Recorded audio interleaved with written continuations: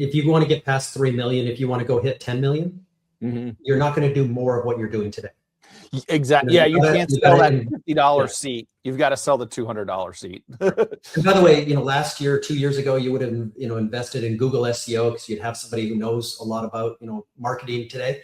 Well, today it's AEO. Like if you're not winning on that ChatGPT, and if you're not winning in these new conversations your younger buyers having, again, it's changing so quickly, and things your agency might have been doing a year or two ago, if they're still doing those things, you're self-optimized in the market. We are the Keyboard Samurai, a podcast about the business of cyber and tech, here to help you or your business improve. Here's your host, Wil Klu. Let's hack into it now. Hey, everybody, welcome back. As always, like, subscribe, all that good BS. Today, I am joined by Jay. Jay, excited to have you. Why don't you give us the 30 seconds of who you are and why we care? Well, thank you so much for having me. Great to be here. I'm a chief analyst, so I look at the cybersecurity industry in total around the world, all 193 countries, all 6,500 vendors. I've been doing this for 32 years, and my expertise is probably on the partnering side in terms of the services partners who make $2 in services for every $1 of product that's sold, and the 7 partners that surround each customer as they're thinking about zero trust or SASE or NIST or whatever outcome they're after. How important not only the product layers but the services layers on top of that are. That's awesome. Like we talked before the show, I'm excited to get into this because we haven't, as someone who's managed the channel before from the service industry side of things, and we done the sales enablement and coached other companies who are trying to get service companies to sell their product and kind of, there's this whole reframing of, well, sure, they want to sell your product, but not really, right? They want to sell what's going to make them money. So when you're educating them, you need to be like, why does my product help, you get more services? That 2-to-1 ratio is something I hadn't actually heard before. So where did that come from? The whole idea of I'm sure it came from mathematics, but I hadn't heard that before. Yeah, we watch the industry, very closely. This year, the industry on the product side will hit $106 billion. We're into that next frame of growth. The industry itself will grow just north of about 11%. But the second focus is, how do customers deploy? How do they get advised, and the consulting, the design, the architecture, the implementation of the technology, the integration, and then now the managed services, every 30 days forever. When you count up all those things, it equals about $2. There's another $200 billion in services that, pretty close to 500,000 partners sell around the world connected to that. So you break down the conversation in 2 places. One is in cyber. 91.6% of the whole industry, the $106 billion in products, are sold through the channel. And that's the highest slice of any hardware, software, services, or telco categories. It's a really, really partner-rich category. But again, like you said, it's not the resale margin that these partners are after. Today, they're making $2 on average for every $1 of product they sell. And they're trying to figure out how to make $3 for every $1 they sell. And the good news for them is that cyber services are growing faster than the products. And managed security is growing even faster than that, pretty close to 15% this year.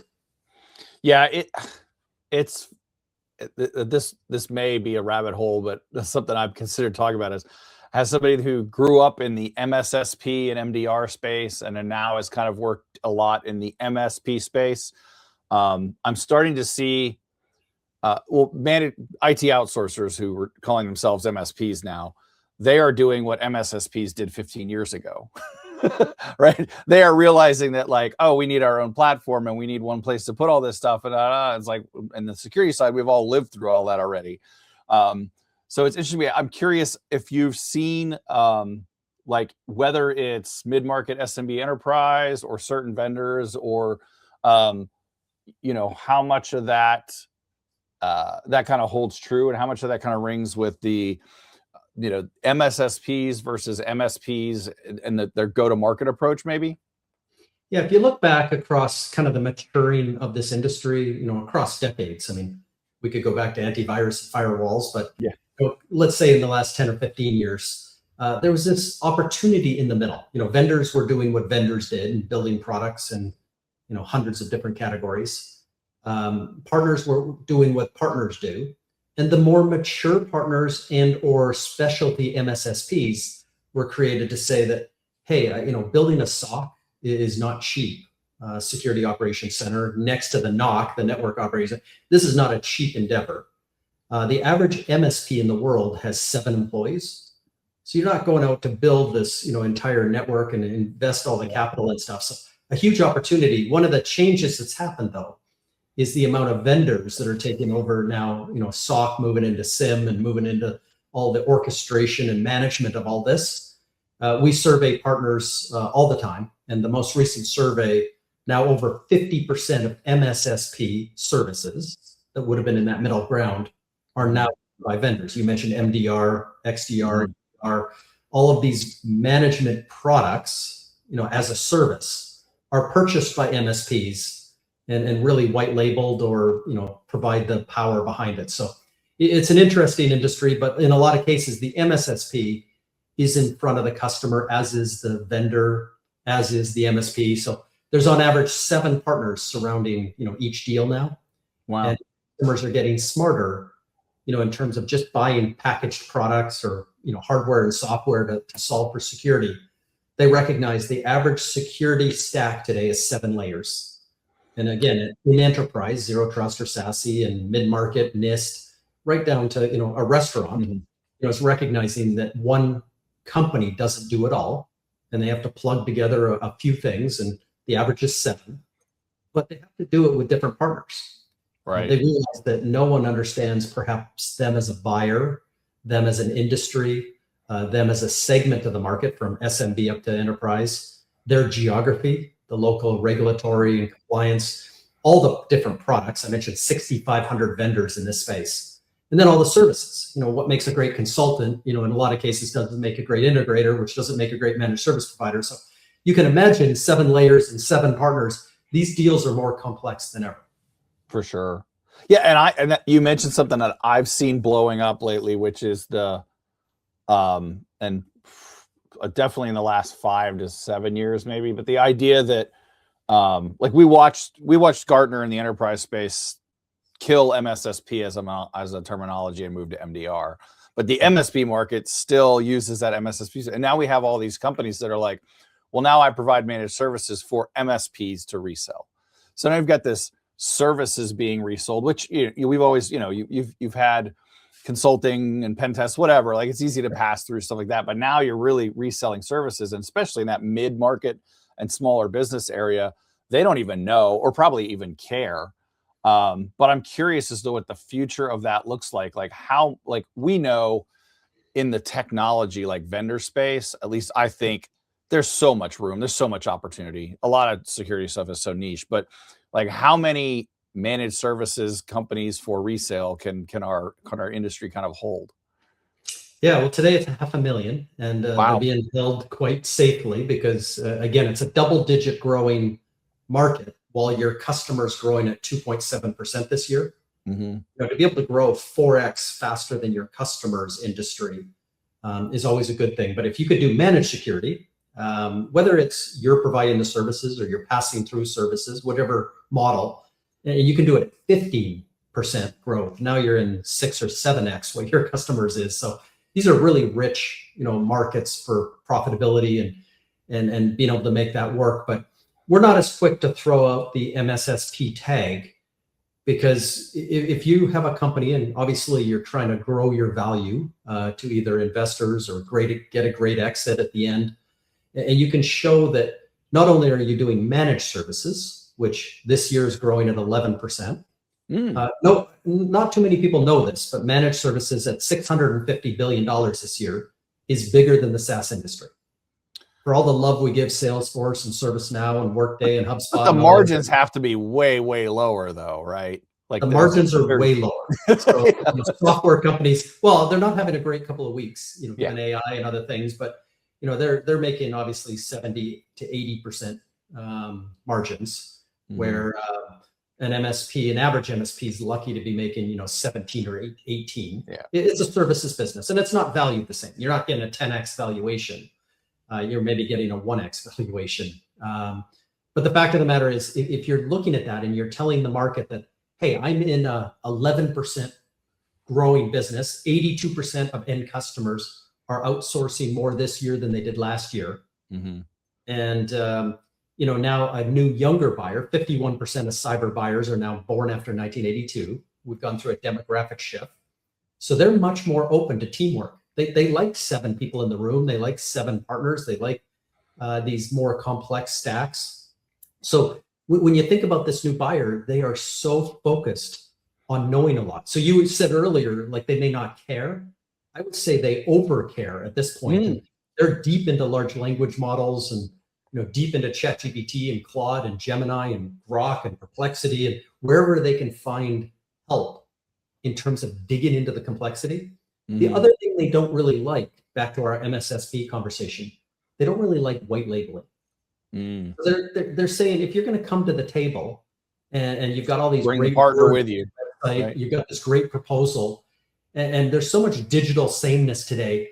I can't make out whether you're fronting CrowdStrike or Okta or Zscaler or what you're doing across the board here. Are you a Microsoft shop? Are you a Cisco Splunk? Are you a Palo Alto? Are you a Fortinet? Can you just let me know what services that you're doing? And then I can go on LinkedIn and read the resume of everybody who works for you and figure out if that's the level of protection and support I need. Or if you come and say, no, we're fronting CrowdStrike and Falcon and a bunch of other things, I can go to their website and I can go to LinkedIn and look at their resumes. But that's why they want more people in the room. When I joined IBM in the early 90s, like you couldn't get fired for buying IBM. It's just like a big trust us. We might ship you a B and C level product, but in the end, you're going to be supported. Nowadays, it's the opposite. No, I'm going to go buy 7 of the best products. This is why services grow faster in cyber, because I need somebody to stitch them together.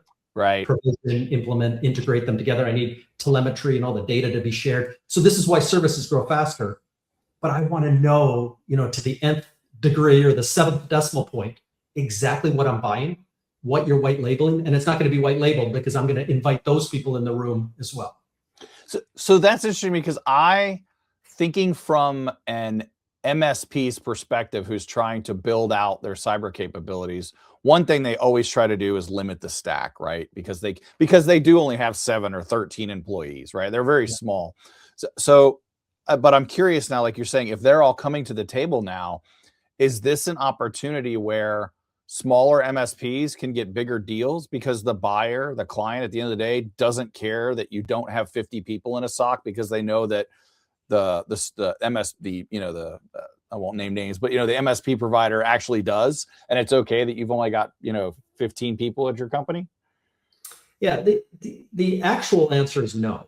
The size of the MSP and the size of the partner, and this goes right up to global system integrators like Accenture with 779,000 employees. Right.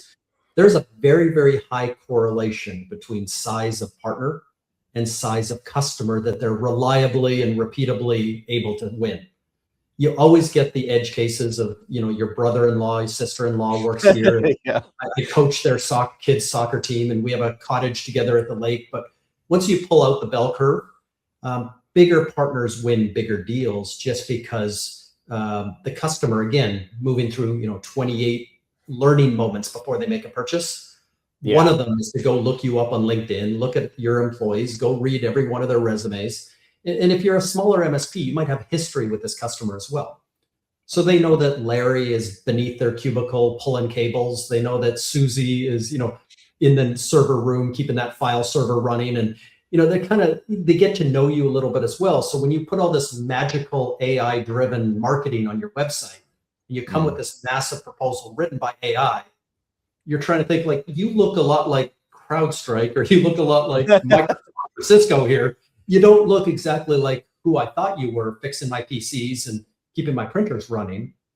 That's the rub, is that I have to be able to show that I'm doing what I say I'm doing in the proposal or on my website.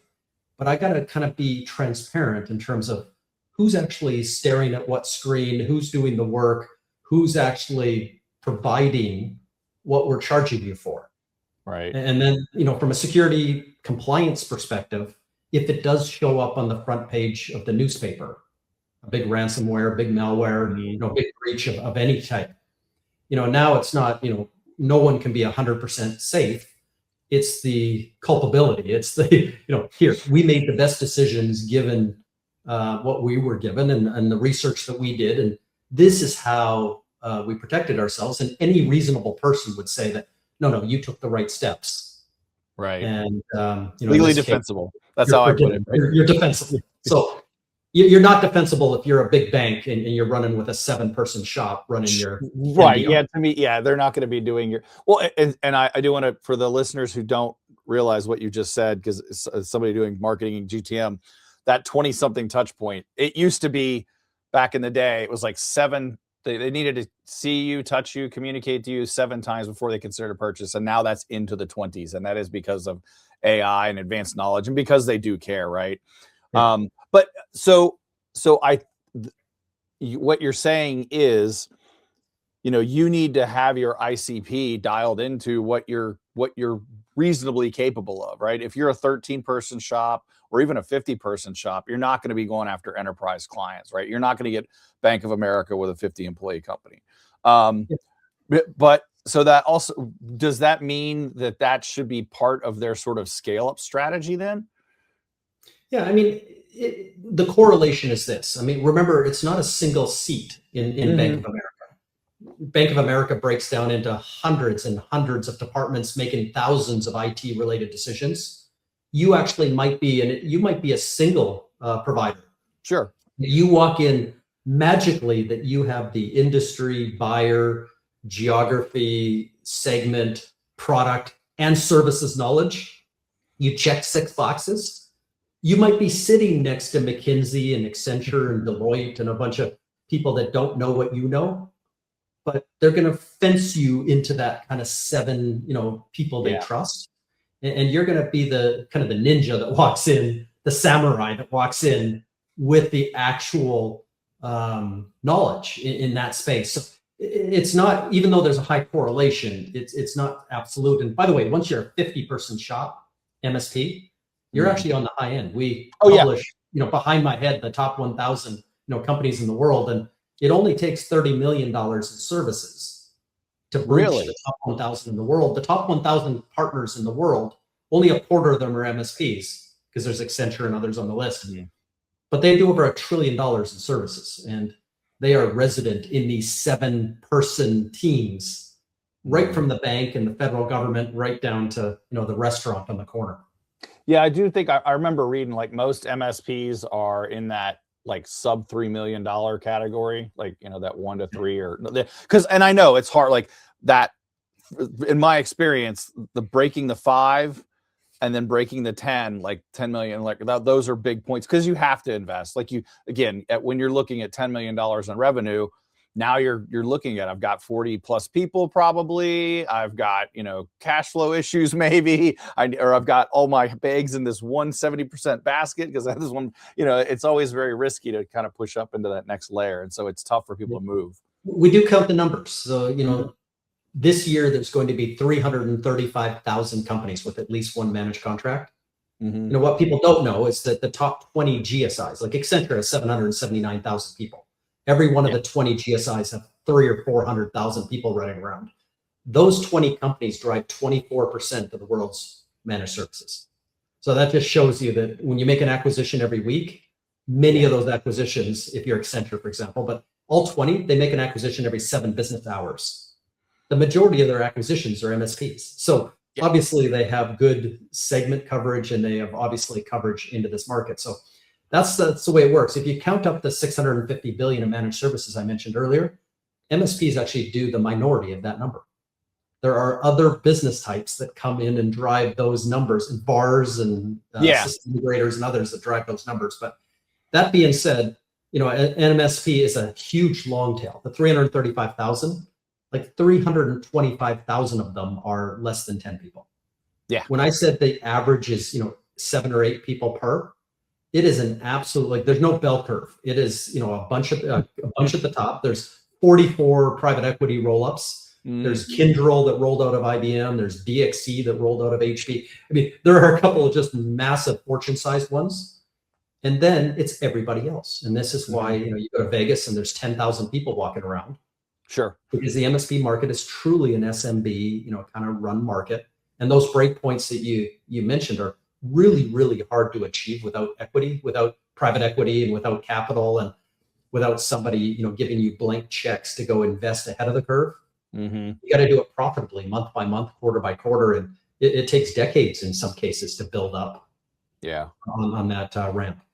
So on that, so looking at it from that mid-market, the less than 50 employee kind of managed security companies, managed services firms, like, what is a good partner strategy for that? I know that's kind of a loaded question. Like, there's not just one answer, but like, kind of what, like, how do they, like, in my experience, I've seen the ones I've worked in the past don't do it very well, right? They have 1 or 2 partners because they have this state contract over here or this niche service. But like, in general, like the stuff that you and I have done in like the enterprise space, where I've got a business plan with Sumo Logic, and we've got, the data that we have to hit and targets. And basically our sales teams are tied to the hips together because we know our success is ingrained to each other. In the smaller size, like, what should be a good approach for them? Yeah, I mean, the first thing is just kind of running the numbers. I mean, we're in a good industry. I mean, anything growing at double digits is fantastic given today's challenges. That being said, is, when there's 6,500 vendors, they're not all created equally. The top 20 drive about 2/3 of the entire industry. There's a lot of platform consolidation. You had Wiz just bought by Google, and CyberArk just bought by Palo Alto. Splunk got bought by Cisco. Those were all $30 billion deals. And more of these are coming as the bigger platform companies start to separate from the rest. So if you'll recognize in the hyperscalers, the 3 separated, AWS, Microsoft, and Google, are pretty far away from Alibaba and Oracle and everybody else on the list. In SaaS, the big Salesforce and ServiceNows and HubSpots and Work, they separated kind of quickly from the rest of the pack. There might be 15,000 marketing tools today. Yeah, but the Marketos and Eloqua, HubSpot, Marketo, like, that's it. So they separate from enterprise. And cyber for 30 years has never really separated. There's been everybody dialing into the customer, trying to sell their mousetrap. 18% of startups come from Israel, and they're dialing across the ocean saying, hey, I just invented the thing that's going to solve all the cyber issues. Now we're in a different world where these platforms self-regulate.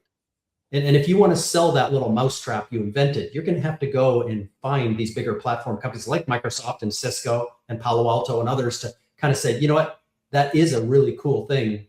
Maybe we'll acquire you one day when you're larger, but we're allowing you into our marketplace. We're allowing you into our security. We see in Zero Trust and SASE where you fit. So this world for a partner means that you have to make your platform level decisions wisely. Depending on the customer you're serving, you don't want to serve, a small business with a bunch of enterprise class tools that cost millions of dollars. Right. So you're going to make decisions based on the market you want to go in. You want to make sure that market that you're attacking is, doubling or tripling the market growth. So you're in the right spot for the next 3 to 5 years. But in a lot of cases, I want to be with vendors who are growing at that same pace, 30+% quarter in, quarter out. And I'm going to draft or hook my caboose to that train. And they're going to help me find customers. I'm going to try to go win partner of the year at some of these, key platforms. And this is my ticket. And the biggest, fastest growing companies in the world, this is, kind of their motion of how they're running their companies today. That's outstanding. Yeah.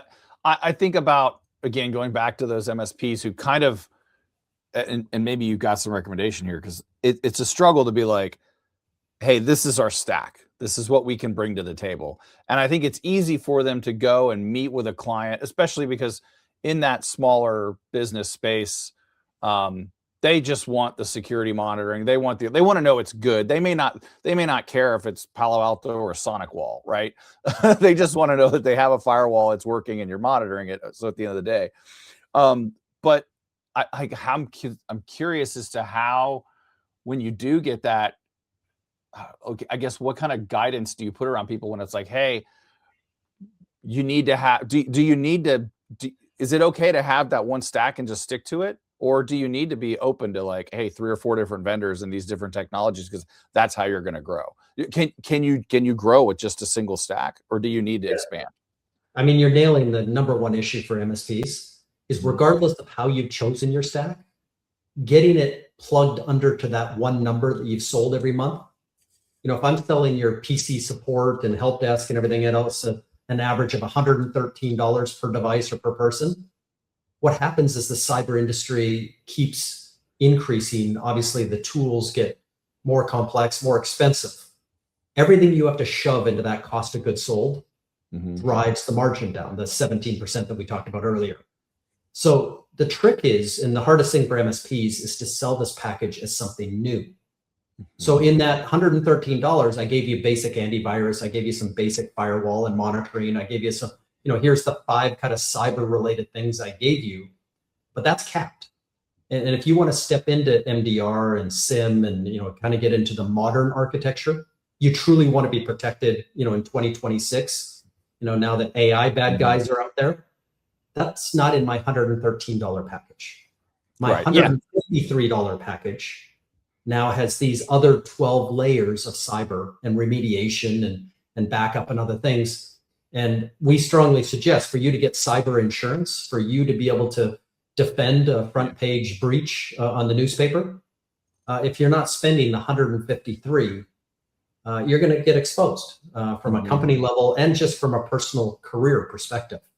As somebody who, and go ask ChatGPT. I mean, I'm not here trying to sell you, but there's multiple levels of cyber today.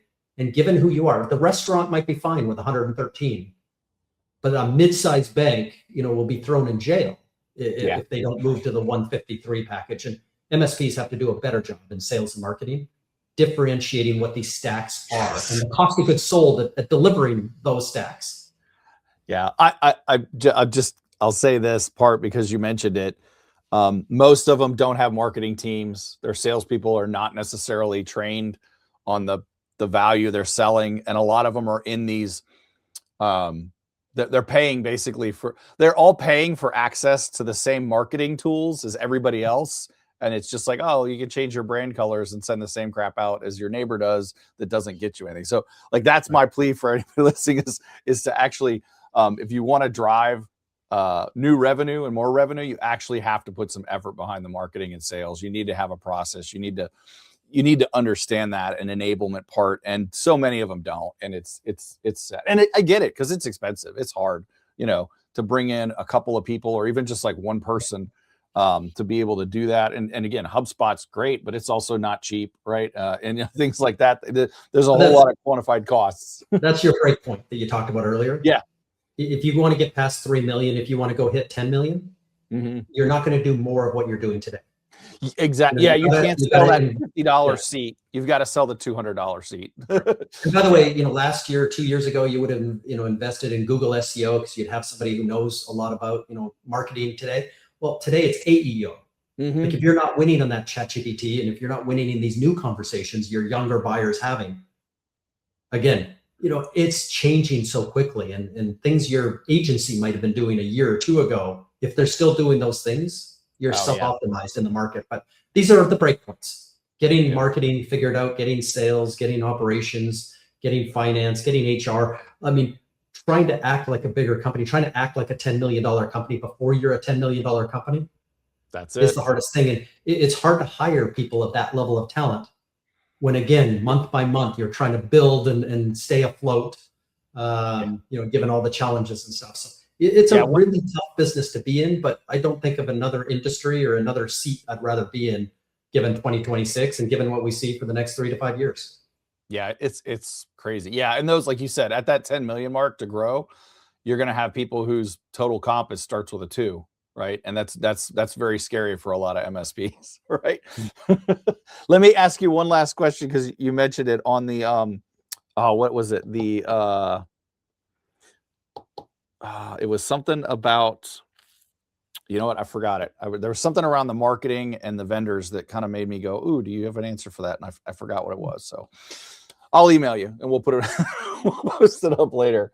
Oh, dude, this was great. Jay, I could talk to you forever about this. But if anybody wants to find you on the interwebs, where should they go and look? Yeah, I think I'm on every platform, but if you send me a LinkedIn message, I will respond. I'm zero inbox when I go to bed at night. So if I can navigate you to a piece of research or get you a number or get you to a person, just send me a note and I'll see. And I'll tell you if I can't, but I'll do my best. That's fantastic. Well, hi, man, this was great. I really appreciate your time, bud. All right. Thank you so much. Thanks. Thanks for listening. Be sure to like and subscribe. Follow Wil and the podcast on LinkedIn/Wil Klu. Visit Wil Klu ME for information on services he offers to help your cyber or tech business grow. Until next time, Synaculator.